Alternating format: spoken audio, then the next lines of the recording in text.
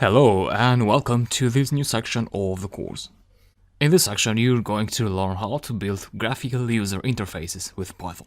And specifically we're going to use the Tkinter library for that. So in this section you're not going to build any real world program. I'll introduce you to the Tkinter library and of course build a graphical user interface, a small program that can get you started with Tkinter. And then in the next section, so once we are done with this section, in the next section you're going to learn how to interact with databases with Python. So we'll be using Python as a wrapper of SQL code so that we can store data in a database, query data, delete, and so on and so forth. So that was the section after this one, and then in the third section, after these two sections, we're going to build a real-world program. And that program is this one here.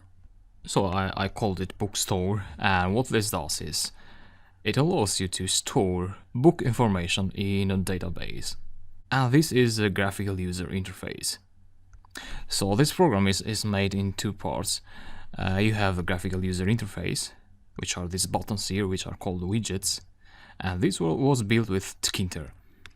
And then you have the backend, which consists of code that communicates with a database. So, for example, if we press the View All button, we are querying the database to load all the books for us. So, we have the title, so if you press one of them, you get the title here, the author and the year of the book, and also the book identification number, which is called ISBN. You can also search for an entry, so if you want to search for an author, you write the author name in here and press search. And if you want to add an entry, you just type that in. And yeah, something like that. Add entry. And if you load them again, your entry should be here.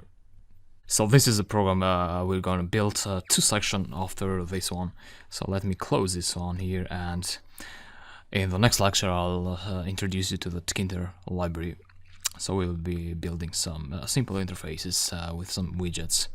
See you in the next lecture.